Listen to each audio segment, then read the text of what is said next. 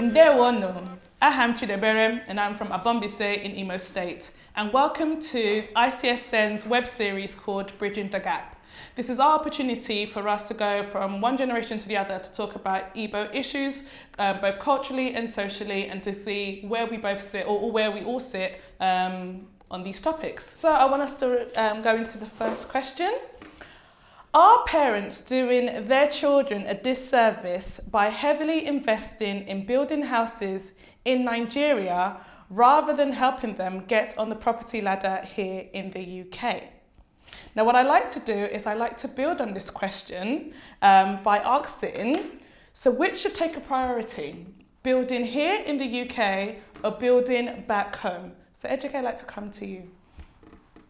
What are you asking me personally? Yes. What I want to do? Yes. If I'm the parent and I have money, Yes. definitely money is scarce. This question boils down to scarcity of resources. Yes. We're talking about option A, whether to build here, or option B, whether to build in Nigeria. To me, it boils down to my priority at the moment. Like for me, I would say, okay, I want to do here first because I want to stand firmly first because we're talking about my money. Yes. But if we're talking about my parents' money, unfortunately, though not unfortunately, unfortunately, my parents are not here. But if it happens that my parents are here, I cannot take away from them their right to decide what to do with their money. Okay. They can decide, okay, we want to build here, or they can decide, I want to build in Nigeria. That's fine to their money. As much as I know I have a pressing need to get on the property ladder here, I can never take away from them their right to decide what to do with their money. They can decide they want to go back to Nigeria to do their properties, fine. Because there's an Igbo saying that what a parent sees while sitting down, a child like me cannot see it, even when I get on the highest mountain. So I can't take away from my parents their right to do what they want to do with their money. Okay, Ulama. Well, for me, I go down to biblical inheritance is good. In the Bible, it says you should leave. Your children should be able to inherit from you. And unfortunately, a lot of our parents, or from my generation, they came to the UK after the Biafra War, so they still have that sense that they will be returning, they will be going back, and that was the aim. So a lot of them maybe not feel they could invest in the UK because they always had home at heart, which I think is very admirable and amazing. But in terms of the economy, personally, investing in the UK for my family, for those around me, I think is a better decision because equity obviously grows much faster here. And in terms of economics, when your parents are retiring, if they have that stake in the property ladder here, they can release that equity, they can leave you that house, you can then take on a new mortgage if you need to, and they can use that to invest in whatever they want to in the village, whether it be a new home, whether it be farming, so I honestly believe that investing in the UK is a better financial and economic solution than going and putting all your eggs in a village home straight away. And also it depends on the type of family you are. If you travel to Nigeria often, then of course you would need a place to stay for you and your family. So again, that depends. Some families do not go to Nigeria. They have been to Nigeria for over a decade. So what's the essence of building in the village if you yourself do not go, at least once every year or every 2 years to enjoy that labour? So I think I'm in for investing in the UK first, just on economic reasons. But culturally, I believe everyone who is Igbo should have a home in their village. Igbo mma na ọzọkwa dịka ụfọdụ ndị ha mana mbụ onye bekee na-asụ Igbo, ọya ka m ji bụrụ asụsụ Igbo bunata ya n'obodo Igbo ka anyị nwee ike ị na-asụ asụsụ anyị n'ala bekee. Now, coming to the question ejụrụ m gbasara ndị nna anyị ịna obodo, that is Nigeria, gaa n'ụlọ na village or building here for their future generation. To me, efilere m na ọ ka mma ka ebe ị nọ ka ị nọsie ya ike first. Kwado ezinụlọ gị, prepare, build a foundation for ụmụ gị, because when you leave, the kids are there. The legacy there were ụmụ gị ga-ejikwa aka. So it's better you prepare them solidly here, provide a home for them. Most of us, our culture says, oh, when you have kids like girls, they don't have rights to your inheritance. I don't believe in that. I'm a parent. I'm speaking from the older generation. I hate to say that, I'm not older. Yeah, but looking at what happened to me while I was in Nigeria, I'll use myself as an example. I got married, and to God be the glory, we're doing well. I had quite a lot of shops selling. Then I had trucks for AGL diesel. I was supplying oil to Tantalizers, Union Bank, and all that. Then we decided to build, and we invested heavily in Alambi, say ABC. Now, that home was paradise. We spent everything we had putting that property up. But do you know what? We only travel once a year. Only in December we traveled. And once in a while, sometimes in your life you have when you call wilderness. That's when you don't have nothing. You're down. Those times, that's when you go back to what you've invested. You understand, to reap from there. And you realize that home you built in the village, you cannot rent it out. You cannot sell it, right? So to just render you penniless. You begin to beg.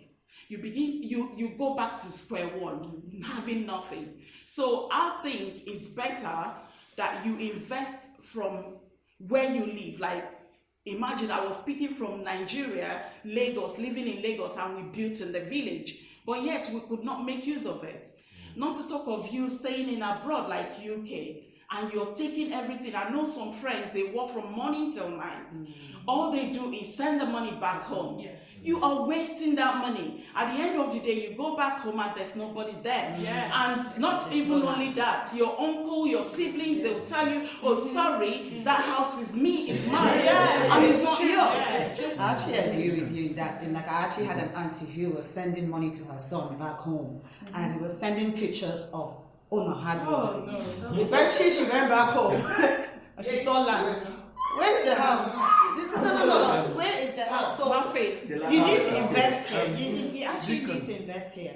Definitely. But as I said before, parents, and I think back home tradition, in Dubai, our fathers always have enekan in the village, enekan for all the men in the compound. So each son have their own land. Yeah. Now it's up to the son if you want to build a house for yourself, which I think they should for their family. Perfect. Yes. If they decide to leave it and say, well, I don't actually live in the village, but I'll leave it for my children's children. It's your choice. It's your land. You do what you have to do with it. But you need to educate your children that you have in the UK that I have land. Yes. And you have land for the family. And as a father, even though you have your own land and you build your own house, you also need to source land in your compound for your sons that you have, because your sons will eventually go back to that compound. Don't forget, some people don't have land as well. Well, you But can they buy. You can buy, which is what- and then build a family home. Yes. You don't have to make it look so No. elaborate. No. Yes. You Well, you understand? need Just to. have a family home where that you can go to when you retire. Yes. Or some people retire, they still die here. Sorry. Exactly. It's so true. Lincoln.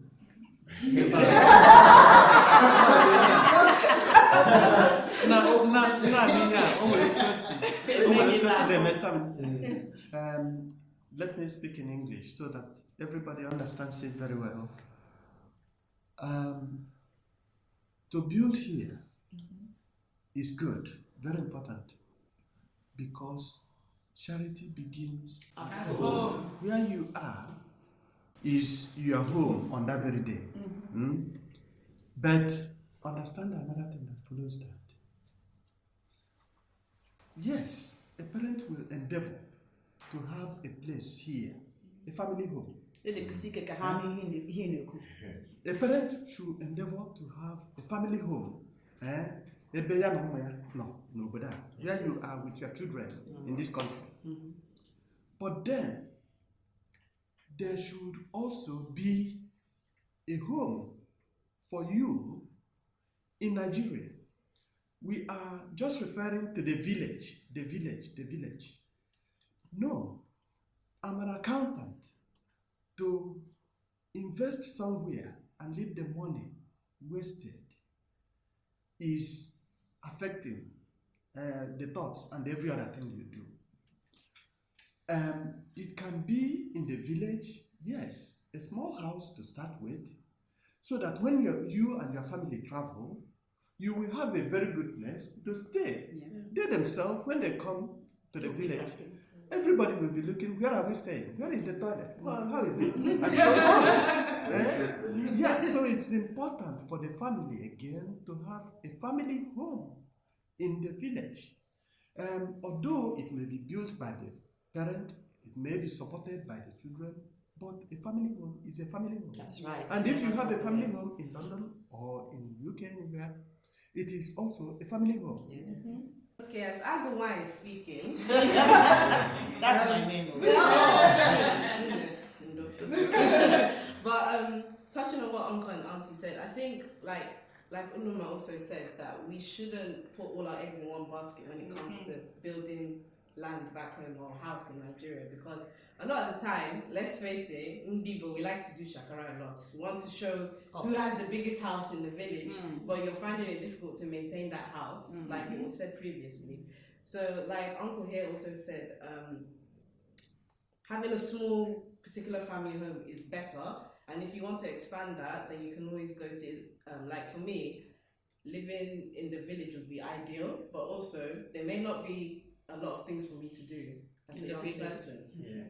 But go to the market, buy food, Not they may not, they I will know not that. be. Exactly, or go to river, fetch water. That I may find boring. Maybe finding in a local township to build a house as well could be beneficial, and goes back to culture as well, where I'm white, so I don't really have that right to build in my dad's house, for instance. So I think not putting all your eggs in one basket and not being too extravagant, because a lot of the time we'll send money back home, we'll be like, yes, we're building this big house, I'm going to see this big house. When you go there, where's my house? Where's the land? You have your uncles encroaching. Oh, you haven't been here, it's been abandoned, I need to make sure that it was maintained. Your auntie said, oh, your brother, my brother-in-law was sending money, I needed to maintain it. Your cousins will be like, you don't live here, you're a British girl, what are you doing in my Yes. place? Very true. That's a massive. And they'll think you don't know your own culture because Obodoyibo. So that needs to stop, and that conversation, like I said, with parents and the eldest children. Like, I'm the adult of my house, so you should have that conversation with the eldest son or the eldest daughter and say, okay, look, we have some money. Would you prefer to have a house here, or would you prefer to have some land back home which you can benefit from? At the end of the day, a lot of Igbo children here, they don't want to go back home. But it's only of recent now they have seen that there's a lot of opportunities to build back home. If I may kind of come in there, please. Because I think we need to understand the variation here quickly. Okay. Because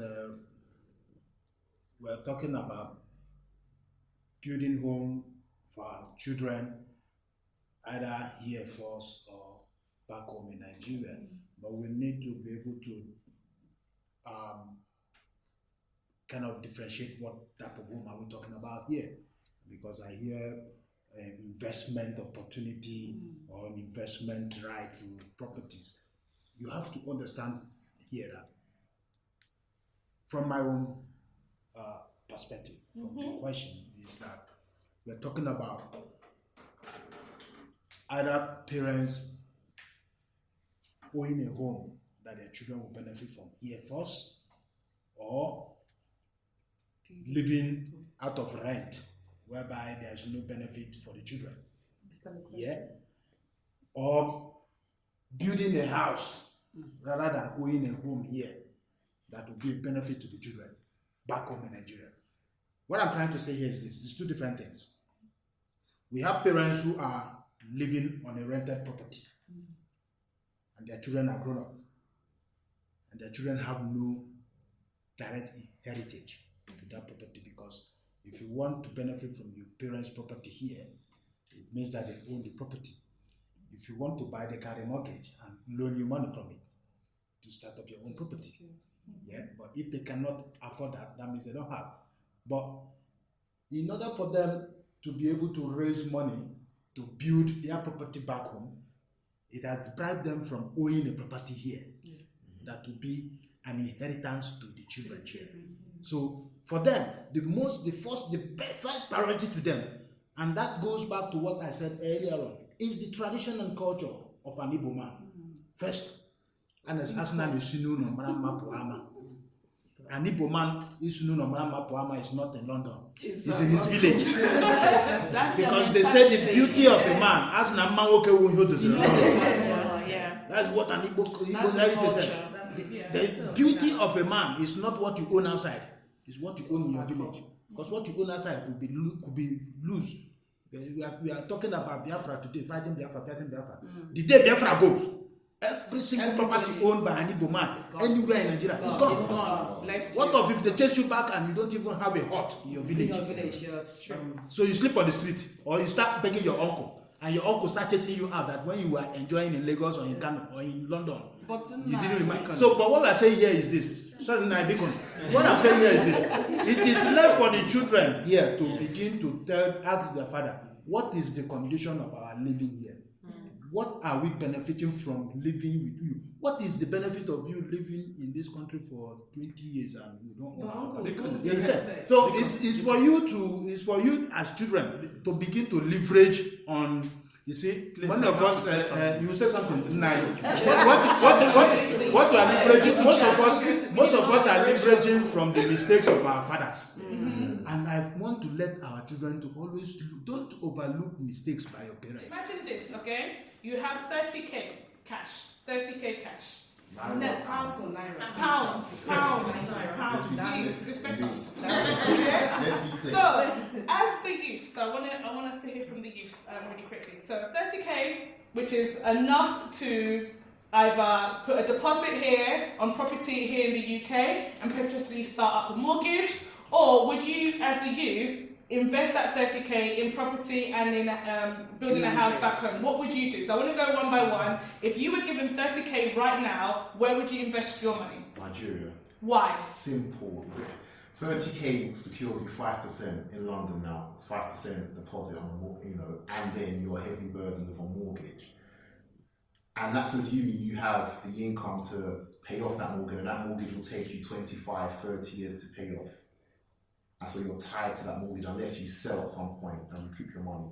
With 30k pounds at almost 500 naira to one at the moment, you can easily buy yourself a couple of plots of land and even just leave it for it to appreciate value, because economic models will fail, stocks will fall, stocks will rise, but land will always be the right investment. And so 30k, 5% mortgage, or land which will appreciate in value, which in years to come, by the time I finish paying off a mortgage here, the land I bought with that 30k will appreciate more in real terms than the mortgage, the house, the property I've been paying for decades for.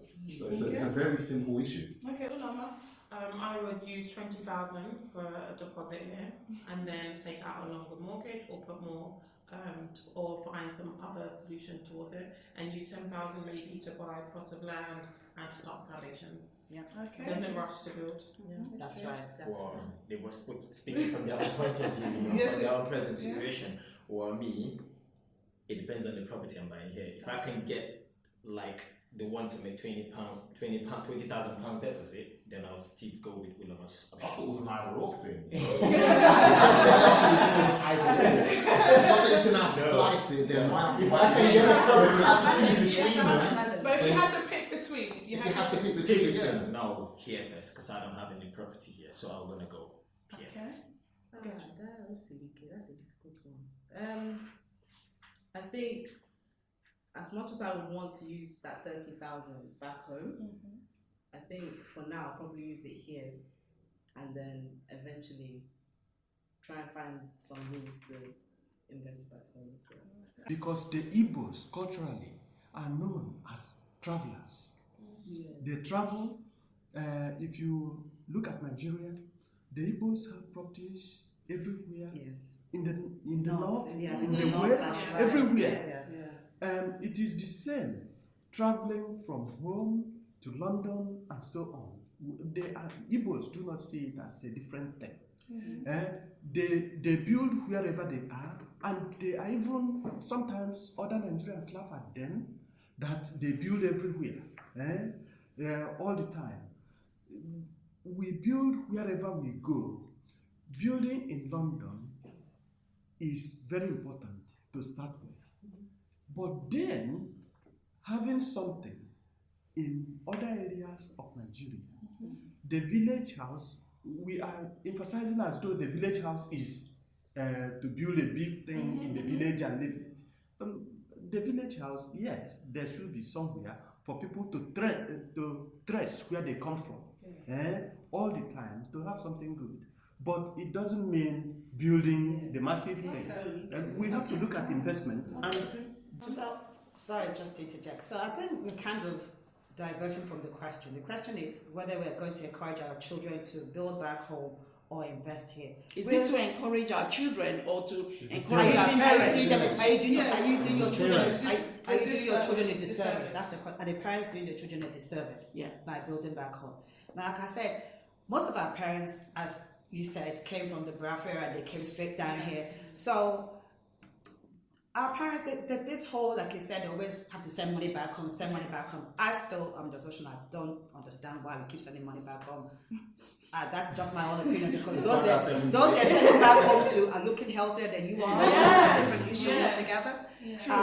But as long as it's a family home back home, that's fine. But I believe in investing. Wisdom is the principal key. You can invest in Nigeria, you can invest here. You invest here first though. It starts from the family home. Educate your children on financial matters. Don't just assume. And as I said before, ICSN has helped to awaken the Igbo youth in this country. Our eyes have opened. So now they know that from meeting, networking other people that come from Nigeria, they know that, okay, I'm doing it here, but people back home are doing even better. So I'll buy here, but I'm also going to invest in land. Land, you can invest in land. No one will ever take it. Once you file your papers the right way, no one can take it away from you. You can build land. We're building, my cousin and I are building a place in Owerri. We're going to rent. We've already said we're renting it out. I don't intend to live in Nigeria. It didn't concern me, no offense. But I'm renting. That money is coming into my bank account in Nigeria. So whenever I go to Nigeria, I don't have to carry pounds. I have Naira waiting for me. Invest anywhere. It's crucial. Don't forget our parents, but our parents have done their bit. We now have to educate ourselves. Okay, don't stress them. Let them grow old gracefully. Sorry, Uncle, you said something. I think it was a proverb. You said an Igbo man is not an Igbo man if they don't have something back home. So for me, the biggest disservice is not about having something back home, is that the Igbo man in the UK is no longer an Igbo man because they don't even know where they're from, let alone to know about going to the village. That is the biggest disservice I think our parents have done in building here or building home, because people don't even know their village. You can meet people, Igbo men today, and say, where are you from? And they'll be laughing, I don't know. And they're proud to say they don't know. But that's wrong, That's because the parents have allowed the Igbo men to feel that they are still worthy of Igbo man title, even though they have no reference to home. They haven't never been back home. Never been back home. They don't know where their village is. And they do all sorts of un-Igbo traditional things, yet they're still classed as first son, as opera, as Igbo this, as Igbo that. You're going to inherit this massive house in the village that I've spent all the money on. And those people will never ever touch foot in Nigeria unless their parents. I do want to agree with Uloma on the last statement, and I think it's a very big disservice to most of our young Igbo men in this country. And I would like to Igbo men are more culturally adaptive to what we are talking about now. Just let me finish here, because Umada will be married to everywhere they will go. But the man, when we lose the man, then the village is finished. When we lose the Igbo man, the village is empty. Because when we begin to lose every man in a particular village in Igbo land, because he has lost his touch with the culture, he has lost touch with the tradition, he has lost touch with his origin, the village is gone. Because when the women are married away, they are not coming back. When the woman is married away and comes back to his father's house, it's a curse. They have to find out why she is living there. So what I'm agreeing with Uloma is the fact that our men here, even some of our fathers who came in the 70s, cannot even trace their village because they've not traveled back to Nigeria since 1970 or 1969 that they left Nigeria.